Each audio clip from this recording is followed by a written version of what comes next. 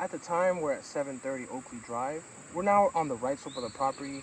This is the wind damaged shingle that we're going to be doing our repair work on. And the tools we brought along with us is our roof hatchet, roof snake, our new shingle. We're going to start off by breaking the seal. And when touching these shingles, we're going to keep it under 45 degrees. We're only going to lift enough to get our snake toe underneath so that we can remove the existing nail, or remove the existing shingle and then replace that shingle with a new one.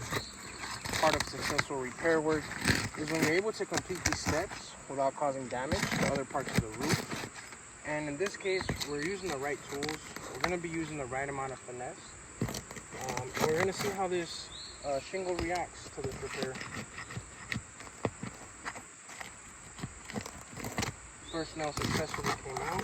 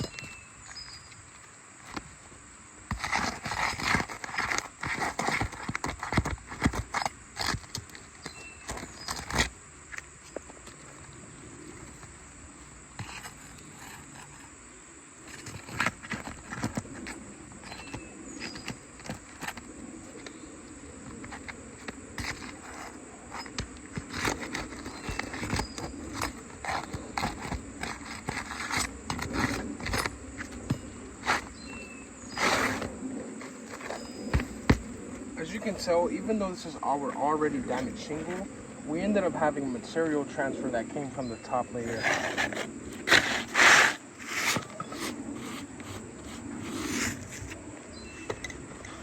And in this case, we can see material transfer on the bottom shingle as well that's happening.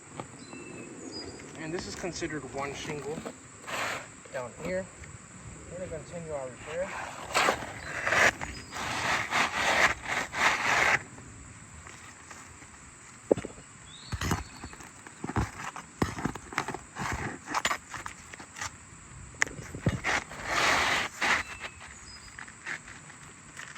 So now we're going to grab our roof snake with a new nail.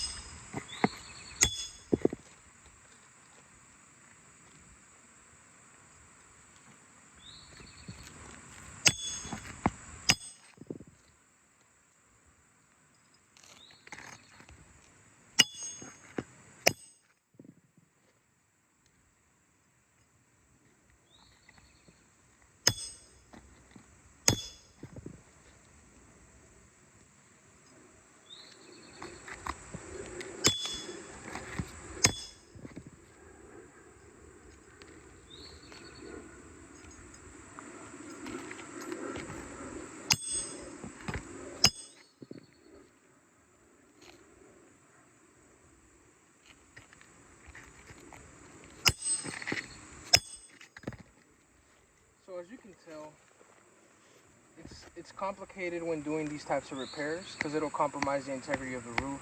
You can tell by all the granules that are coming off so easily from the old shingle onto the new one. I see a visible crease here on this tab from side to side. Visible crease going on there. I also see another visible crease that's starting to form here on this tab from end to end. And you can tell by all the granules that are coming off. There's a crease here. Also, another thing that I want to point out is all the material transfer that occurred when breaking the seal. It's showing up on every single one of these tabs that we had to unseal. And per IRC 908.5, which states aggregate surface materials cannot be reinstalled when damaged, is a perfect example of why the roof would require replacing rather than repairing. The results for the right slope have been a fail.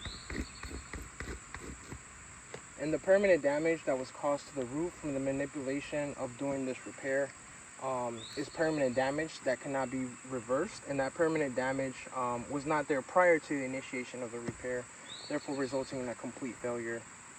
We ended up having 1, 2, 3, 4 shingles that were compromised in the process of repairing for one. These have been the results for the right slope. Thank you for your time. GoPro, stop recording.